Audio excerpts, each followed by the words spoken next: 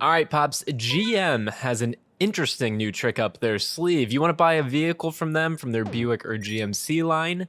You're now going to get a mandatory subscription to OnStar. What do you make of this? Is that mandatory subscription to OnStar complimentary, or am I paying for that mandatory subscription to OnStar? Now, depending on how nice of a GMC or Buick product you're purchasing, your price is going to range from $900 to over $1,600, almost $1,700 for this mandatory subscription to OnStar and connected services. Have you ever heard of this before, Dad? Mandatory subscription to a product tied to your car.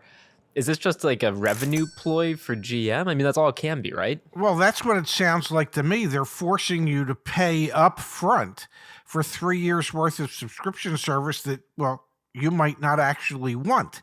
I understand that, oftentimes when they equip cars with things like OnStar or other things, that they will give you a trial period in order to see if you might actually like it, and then decide whether or not you want to subscribe to it. But this is, you're buying the car, you're subscribed. If it's the lowest trim level, it's costing you $300 a year. If it's a higher trim level, it's costing you $500 a year. And you might not even A, use it, B, want it, C, even give a poop about it. So this comes by way of GM Authority. All new 2022 model year and 2023 model year Buicks and GMCs will come with 3 years of OnStar and connected services.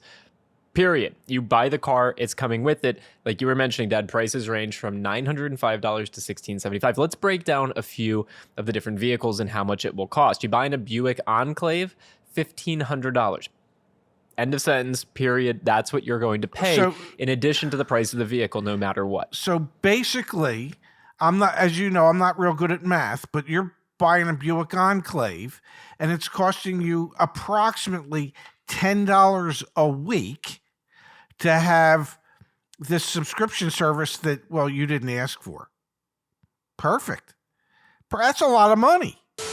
Thinking about getting an extended warranty? Go to joinyaa.com and check out our pricing there. There's no obligation, no spam, no robocalls.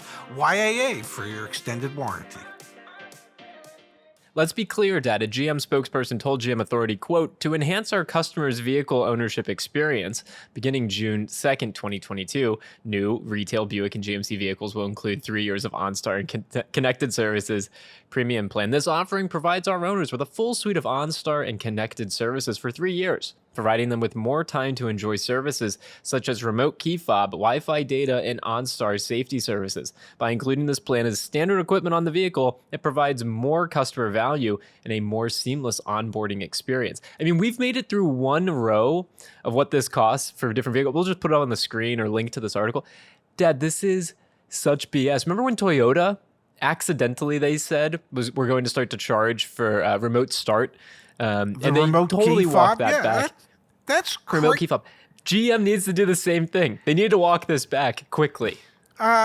If I'm not interested in this suite of premium services, why should I be paying $1,500 for the first 3 years of it if I have no intentions of ever using it?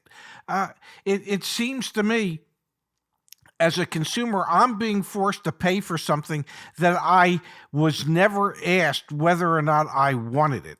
And I don't know, that really isn't the way things should go.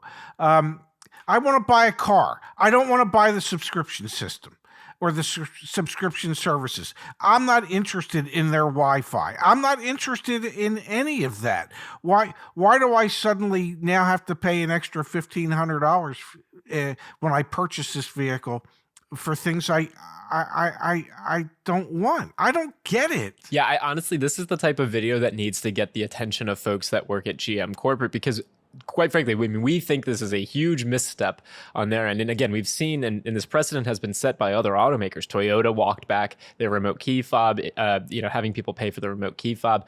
We also had BMW for a while there was going to be charging for Apple CarPlay, Android Auto, and they walked that back, or want you to subscribe to those things.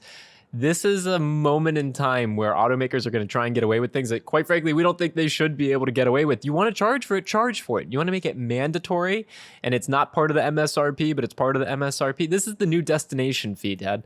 What's the destination fee? Why does it keep going up every year? I don't know. It's profit for the automaker. This is another example of that. This would be like if you used a cable provider, and the cable provider said, we have a basic service and it's $20 a month, but we're sorry, you're not allowed to sign up for basic service. If you want to do business with us, everybody gets our premium service, and that is, I don't know, $40 a month or $100 a month. Oh, and it's mandatory.